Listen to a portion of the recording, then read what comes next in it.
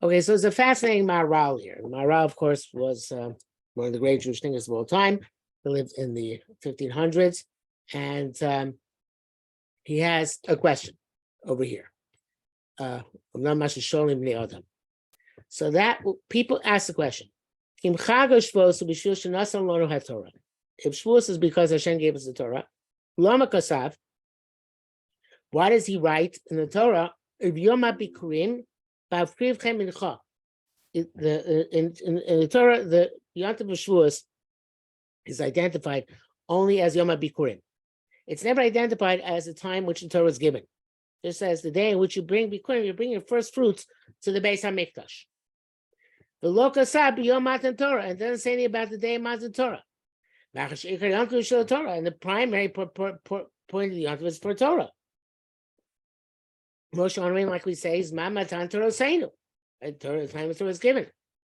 So why does the Torah not mention explicitly that this is Matan Torah Seinu? Every Shavuos is mentioned. It's never mentioned that the Torah is given on Shavuos, and that's how we celebrate. And most it says that it's Chag HaBikurim. So Maharal says that it has an amazing answer. Ein ze sheila klal. Says not a question at all. Ki Hashem Yisbarach nasan lamoadim zman. Hashem gave the Yom Tovim in a time. Hashem simchas Yisrael, which will cause Am Yisrael, to cause Jewish people to be besimcha. Asher zochu elatov, that they merited getting good, something good.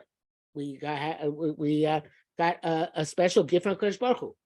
Like it says on Sukkot, on Pesach, Shabo Yatsu Somi Beis Avodim. Right, the Jews left on Pesach their slavery. The Sukkot, okay, Sukkot perhaps it's not specifically that time when it happened throughout the time in the Midbar, but we celebrate people Sukkot so Shafti Oschem. Right, that Hashem gave us the sukkahs, where the sukkahs refers to the sukkahs mamish, like we sit in, or the sukkahs are being referring to the Anani Akavot. So we're zeichet to the sukkahs. Uviyom Kippurim, fascinating thing, right? You say the Maharal holds that Yom Kippur is a day of Simcha, right? Because on that day we get kapara. So therefore, all these days are days of Simcha because of unique events or unique gifts which they celebrate. But he says, "Uvechag HaShavuos haTorah shenitna bo nitna me'Hashem Yisborach." The Torah which is given to us on Shavuos, which is given from Hashem, will all al Yisrael. It's a burden. The word "all" means a yoke, Y-O-K-E, which is the harness you put an ox in when it's going to lead a plow. So it's a burden on the Jewish people. And we know the nations of the world do not want to accept the Torah.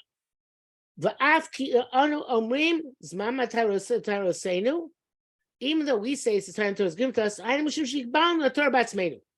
that's because we accept the Torah on ourselves. But we said Nasa Nishma. And we said Nasa Nishma. We did say that we accepted it. But on the other side, and from Hashem's perspective, Hashem who gave the Torah, Chazal say that he held the mountain over them and told them you have to accept the Torah. He didn't give them a choice. So therefore, it really was something which, in fact, all other nations which had the option to take it or not to take it, they left it. But we didn't have a choice.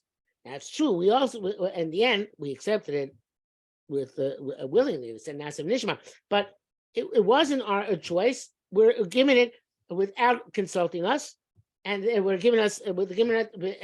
forced to take it, and therefore it's not happy. The fact that the Torah was given to us. He's saying that, and because why did the nations accept it? The nations didn't accept it because it's a very big burden, the Torah, with all the mitzvahs and all the potential punishments which you, and all the averos, and all the potential punishments that you have. So therefore, it's not a happy event. I'm not saying this, Maharal is saying this. So he says,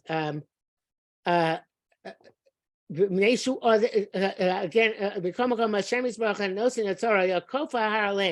he held the mountain over them. She kabu Torah that they have to accept the Torah, whether they like it or not.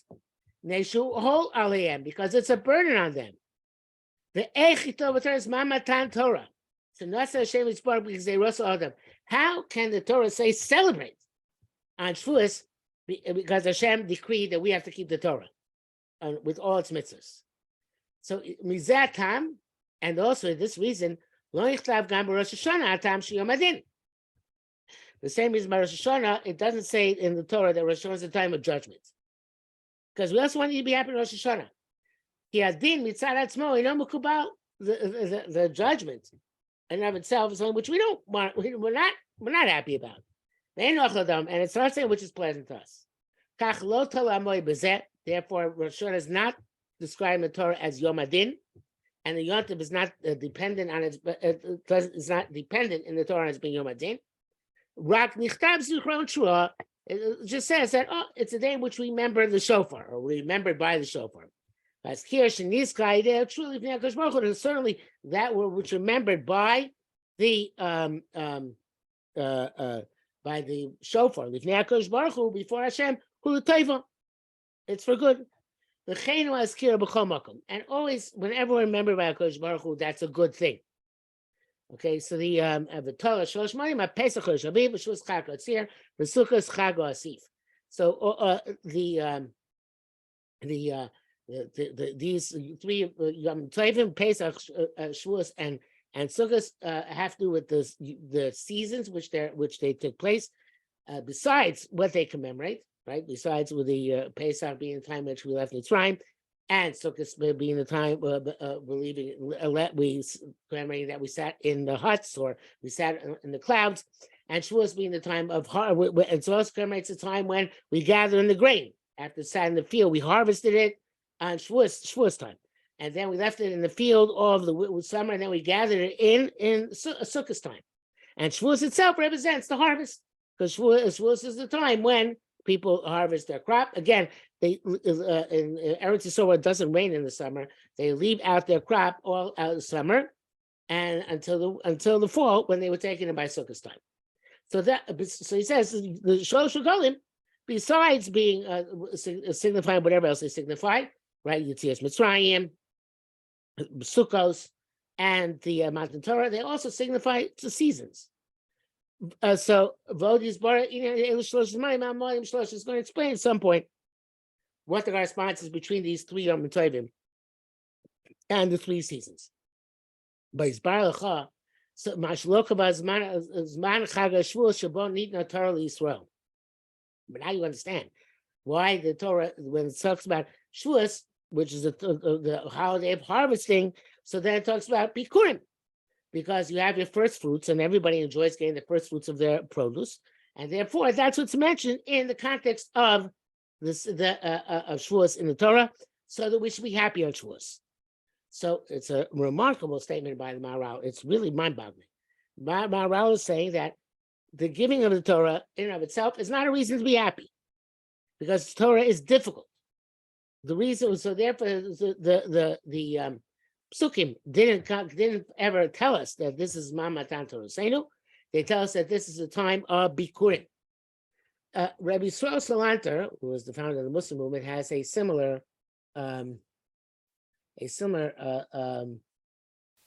approach. I'll find it for you in a second. Oops.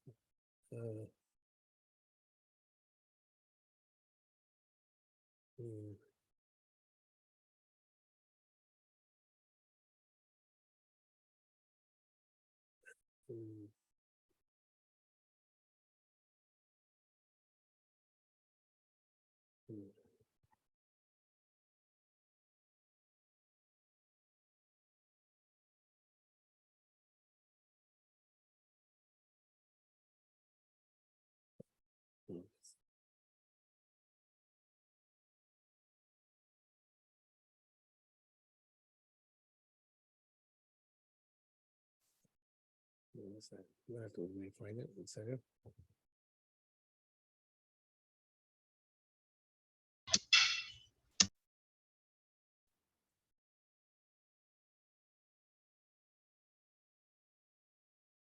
So he says,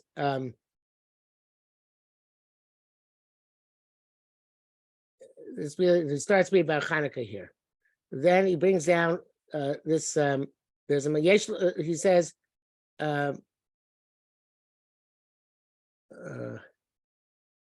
Shanasak. He brings down a Chazal from the Yalkut Tehillim, from the Medrash Tehillim. Shanasak Kosh Baruch Hu Torah Yisrael.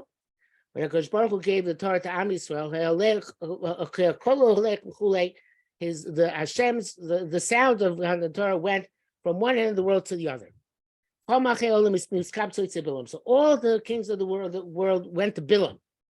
They said, what is this loud noise that we heard? He said to them, Baruch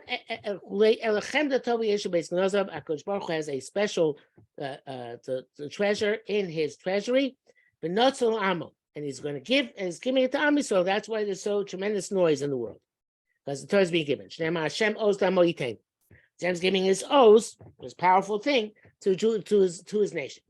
Anu kulam v'amru. So they all responded and said, Hashem owes chulei. If Hashem is giving this powerful tool to Bnei Yisrael, then Hashem should bless his people with peace. So that's the interesting medrash. And then it brings out also Lasbir Adavar. In order to explain this medrash, Nagdim, let's first analyze Marsha Parshas Re'eh Bechaga Shavuos Messiah Bezacharta Sachukim Ela V'lo B'Pesach V'Sukkos.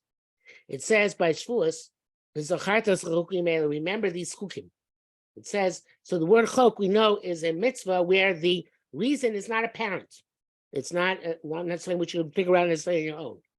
It says chok by Shavuos. It doesn't say chok by Pesach and Sukkos. Why not?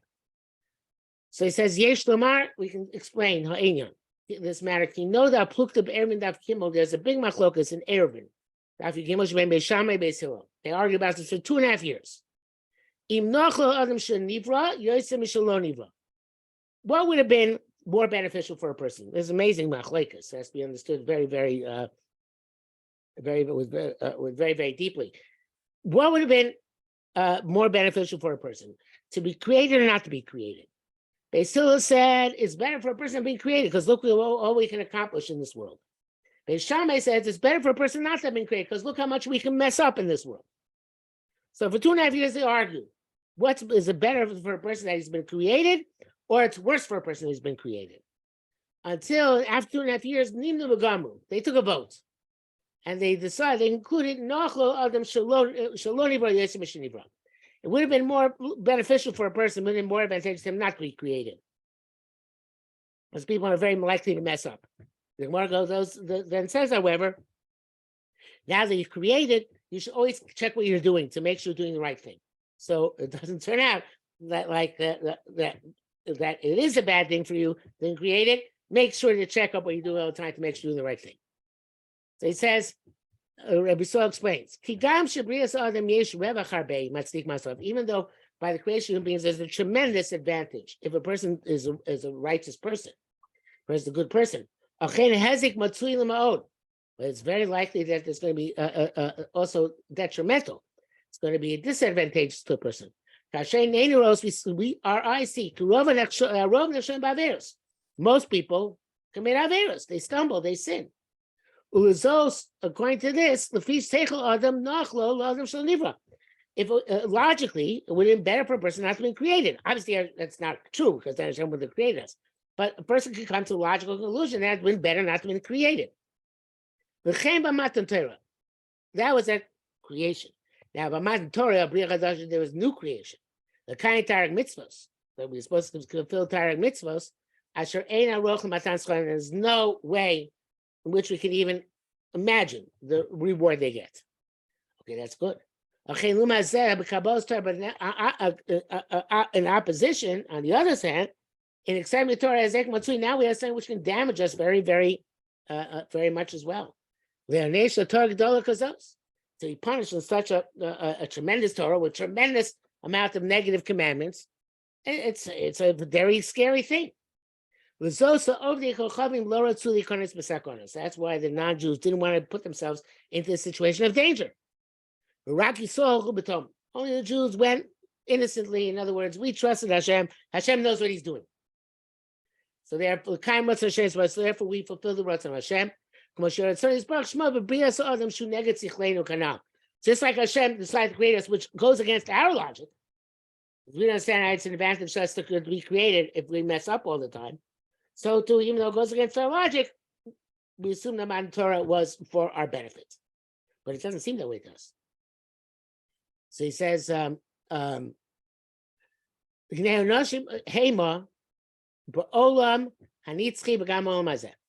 punishments which you receive for messing up there in the eternal world and also in this world. But for the punishment of this world, you can fix them. And the way to fix them is Gadol HaShalom. If Am Yisrael lives in peace with each other, then we can a lot of our errors are forgiven. Because the greatest thing is to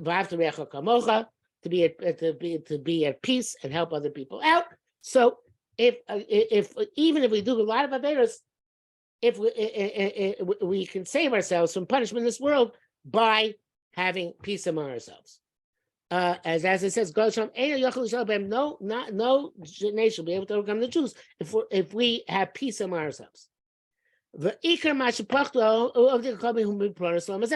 non-Jews were afraid of when they saw Torah's given to Am Yisrael, they're afraid, well, these guys are going to get zapped in this world. People don't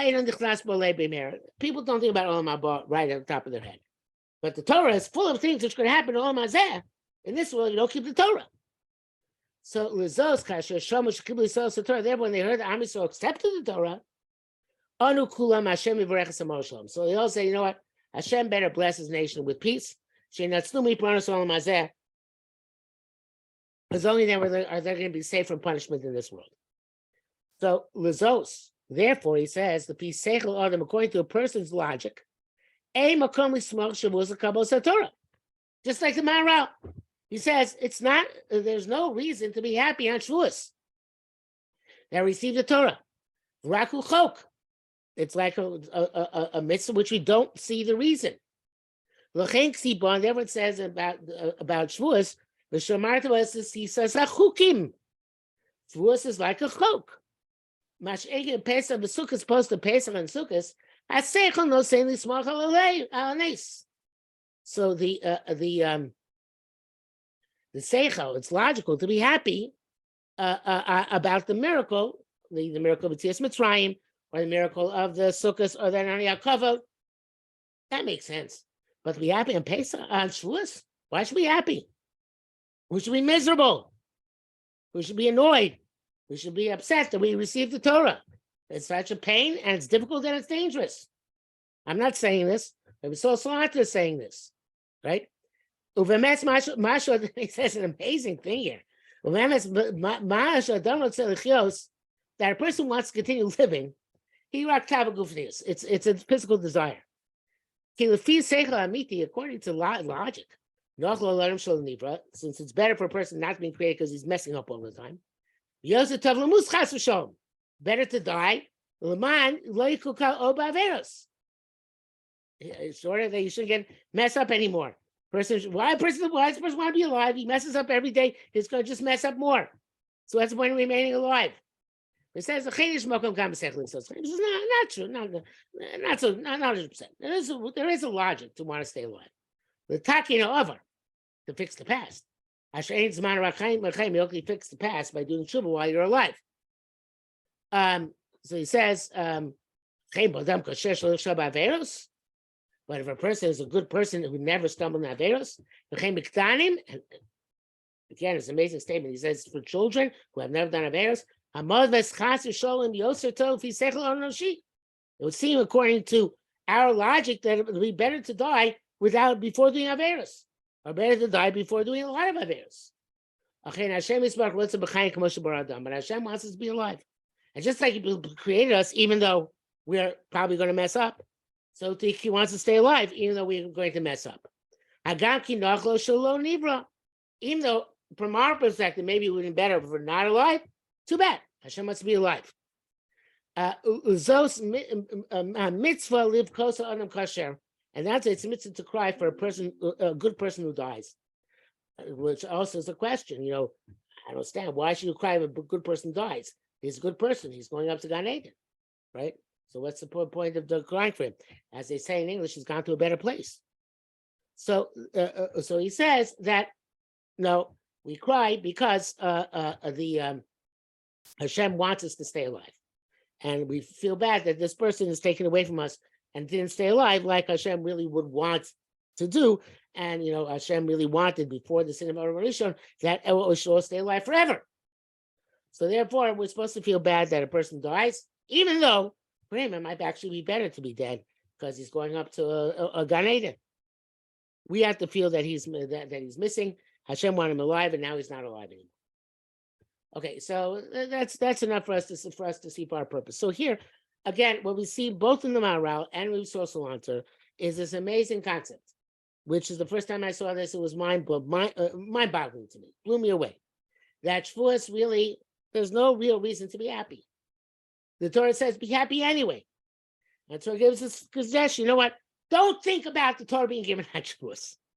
Think about it's the Bikurim. It's this this nice fuzzy day which you can bring your first fruits to the base of Mikdash.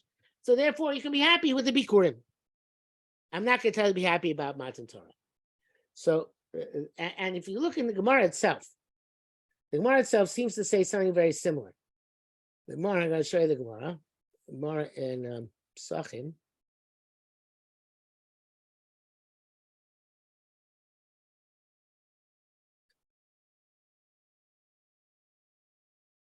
When the Torah says that you have to be happy in Yom Tov, it says it uses the word that it should be a Yom Tov lachem. It should be for you, and the assumption that for you means that you should be happy, right? You should do sorts of things which show that you're happy. So the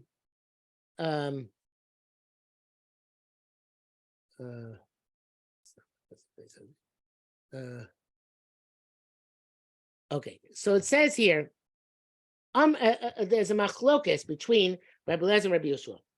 Rabbi Lezer held that a person can learn the entire day or eat the entire day on a Yom Tov, but he doesn't split it.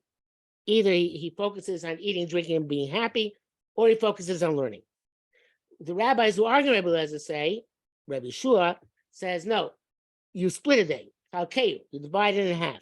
Chetzu Hashem and Chetzu Lachem. Half of it is for Hashem, that's for davening and learning, and half of it is for you, that you may eat and drink and be happy. So Rabbi Eliezer holds that way by Pesach and Sukkot. But what about by Shavuos? So Gemara says, I'm Rabbi Eliezer, Hakomodim, even Rabbi Eliezer says on Pesach and Shavuos, you can learn all Pesach, Sukkot, you can learn all day. You don't have to go eat and drink. Komodim, everybody agrees. But Batzeres is the term Chazal used for Shavuos. That Shavuos b'inyan nami lochem. You also have to be happy by eating and drinking. My time. Why is that? Yoshib Torah, because Torah is given on Shavuos. So, and then Gemara goes on and says that also Shabbos, you have to have special meals, but we're focusing on Shavuos. So it says here in the Gemara, why should we be happy on Shavuos? Why do you have to eat, drink, and make merry, so to speak, on Shavuos? Because it's then which the Torah is given. So it sounds not like the Maharal and not like Rabbi Sosa's answer, that it's not that it actually is the Torah being given is a reason not to be happy, but we're supposed to be happy because the Torah is given. So it sounds like the Torah being given is a cause for happiness. So that, but Rashi doesn't say that. Rashi says,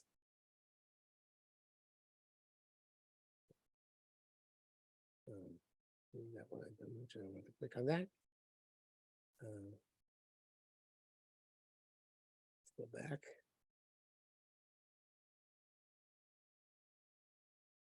Oops.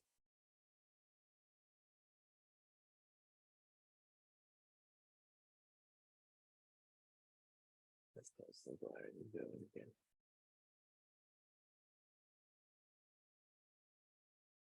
again. Computers.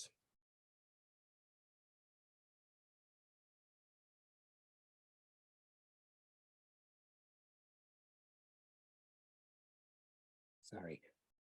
Okay,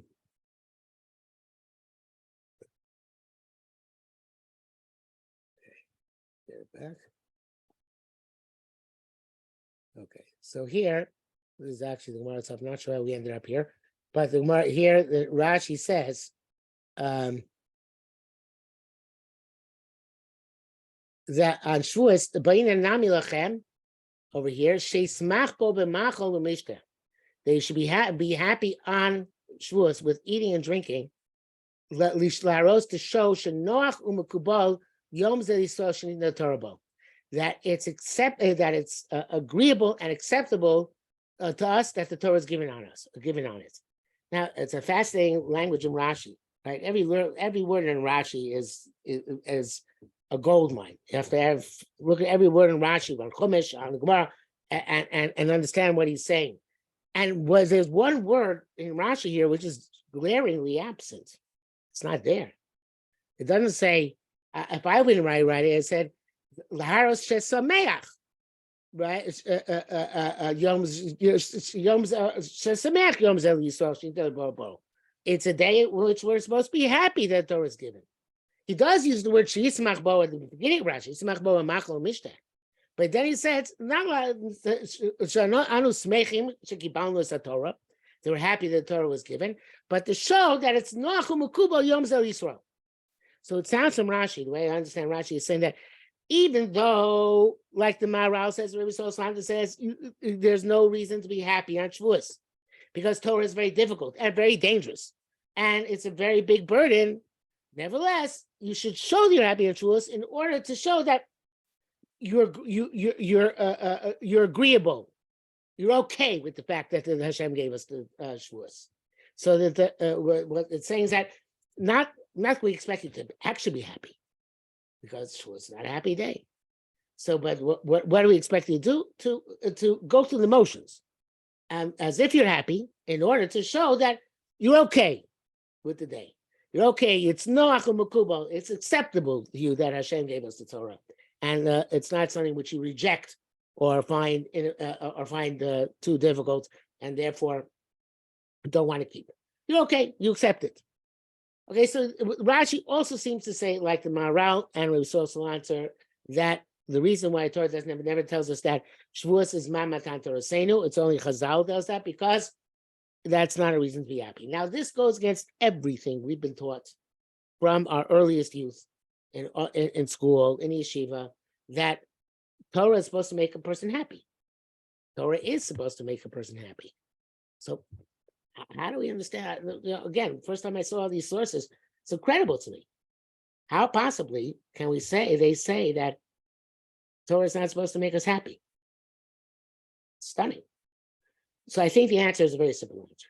I think the answer is and this lies in the interesting comparison between the fact that it says Hashem gave us the Torah against our will, by, so to speak, it's a metaphor, obviously, but putting the mountain over us and saying, yeah, God accepted Torah. And the fact that we said Nasa B'nishma, which indicates that we accepted the Torah willingly. So it's like this. There are two different perspectives. From Hashem's perspective, he understands that he's giving us something which we might find very difficult, and something which might not cause us to rejoice. But that's Am Yisrael says back to Hashem, no, you might think we have no cause to rejoice, but we are really happy. Yes, we understand that Torah is difficult, Torah is dangerous, Torah is something which you can mess up very easily, but we're happy that we got this challenge. We're excited that we have this capacity to uplift ourselves, even though it seems difficult, and it is difficult. But then once we get it, once we experienced it, we actually are happy. And that's why I think there are in the Torah itself no rituals associated with Shavuos. There is no eating matzah. There's no eating a sukkah, right? There's no blowing a shofar. There's no rituals associated, no ceremonies associated with Shavuos in Torah. So Am Yisrael came up with ceremonies on its own. We have a few ceremonies which we do. First of all, people stay up all night and learn. Secondly, people came up with this idea of cheesecake, having a special milchik meals on Shavuos. And thirdly, there's an interesting meaning that people have to bring flowers and leave them, put them in shul on Shavuos. And I think a marshal to this, a very beautiful marshal, which Rabbi Avraham Kaplan gives us, he says, you know what Shavuos is? Shavuos is the day that Hashem married Bnei Yisrael. That was our marriage. It's called in Shir Hashem, Yom Chasun Asov, Yom Simchas Libo, the day in which Hashem married us. And that means that Shavuos is our anniversary. Every year, the anniversary is on Shavuos. So, if in a marriage, if one spouse has to remind the other that it's our anniversary, it takes the whole, and that's the only reason the other spouse, husband or wife, buys or does something special for the anniversary. It doesn't feel right. It's a problem. Each person expects the other person to remember the anniversary on their own. They might drop hints. They might, say something's going on, but to say it outright, the whole thing would be lost. A wife doesn't want to say to her husband, you better remember to bring me flowers today because it's our anniversary. Undermines the whole concept of an anniversary, right? She might drop a hint. She might wear some nice clothing, but she's not going to say outright that it's the anniversary. So too, the same thing with HaKadosh Baruch Hu and Matan Torah. Hashem drops us a hint that it's our anniversary. Says it's Chag HaBikurim. He doesn't tell us, however, what exactly it is. Just a hint. And it's up to us to remember it. And then, like what it says, there's a minhag actually to bring flowers in shul on Shavuos. So Am Yisrael has to come up on its own with the idea, the ways to commemorate Shavuos, and realize that it's the anniversary of our wedding with HaKadosh Baruch Hu, so to speak, and that we're b'simcha, even though from Hashem says, you know what, I can't tell you to be happy this day. I can't tell you it's our anniversary. It's up to you to remember. So that I'm going to give you hints. I'm going to tell you it's Yom Bikurim. Something special is happening. But you have to remember on your own that this is the day in which you have to be in Simcha. And it's interesting because it doesn't always work out that way to begin with. In other words, whenever a person starts learning Torah, we have a principle, kos cholos koshos. Anything you learn for the first time, anything you have to keep for the first time, it's difficult, it's hard. It's only once you get into it, only once you've done it and you've experienced it, that you feel that simcha. And that's what we say in davening, Tamur uki tov Hashem. Tam means to taste, right? When you taste, then you see that Hashem is good. But before you get that taste from the outside, so to speak, it doesn't look good and it doesn't seem tasty. You could only, once you experience it, is something which then you could say, oh, this is something special, this is something sweet, something unique. So therefore, what the Maharal and Rabbi Slanter and Rashi all seem to be saying is that from the perspective of having received the Torah before we actually experienced it, on Shavuos itself, we might not have experienced this being something positive. Only looking back and having experienced Torah, do we realize that we have great simcha, and then we understand, okay, Hashem didn't want to tell us in this anniversary, because first it was a difficult thing for us, but we understand that this is actually something special, and we want to give thanks to HaKadosh Baruch Hu, and therefore we're the ones who attach special ceremonies to Shavuos. And the Gemara goes on here and says, an interesting thing, it says, Rav Yosef, B'yomadat Sart Yosef Shavuos Amar, he said, after the Egla Tilsa, make for me a special calf, a special delicacy. Amar, he said, Ilav Yomad Kagorim, Kama Yosef Iko B'shuka. If not for this day, which caused us to get the Torah, I would have just another Yosef. I wouldn't be able to accomplish anything in this world. And that's what Rashi says, Ilav Yomad She Lamanti Torah B'Nisra Mamti. It uplifted me.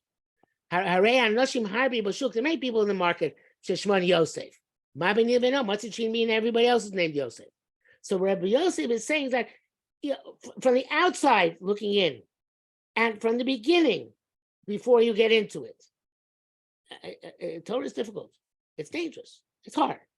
And where the simcha and Shavuos could be called a chok. But once you get into it, once you've felt uplifted by it, once you've understood how it makes us special, and once you've tasted how great it is, so then we feel a actual simcha on our own. So Hashem can't tell us be with simcha because you got the Torah, because it's only if you experience simcha Torah can you actually have that simcha. Once we experience the simcha of the Torah, if we do experience it, and we try and experience it, then we can say, oh, it's not a chok anymore. This is great. This is what life is all about. This is what makes me uplifted in this world. But before you get to that level, then at that point, HaKadosh Baruch Hu says, you know what, I'm not going to tell you Shavuos is about giving you Torah. You might feel bad about it. Hopefully someday you'll come to realize that this is actually something sweet and something special and something great, which actually makes us a better people, a higher people, a people who can be uplifted and have a special mission in this world.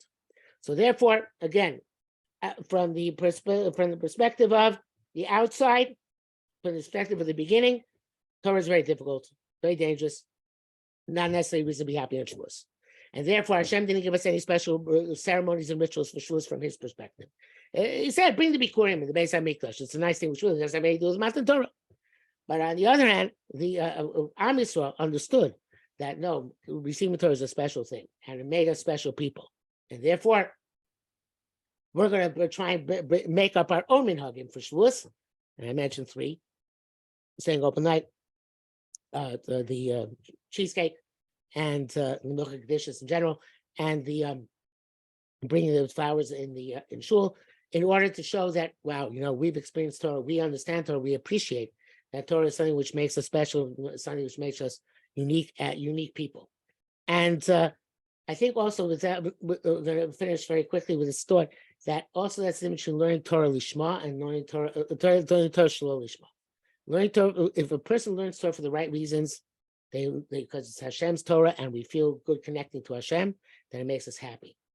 If a person is learning Torah for the wrong reasons, because they're forced to come to school that morning, because their parents are going to get upset at them, they don't learn Torah because they're going to get bad grades, then it's just a hassle, it's a pain. So the person who really gets into learning Torah Lishma for the right reasons, for him it's a source of, him or her, it's a source of simcha.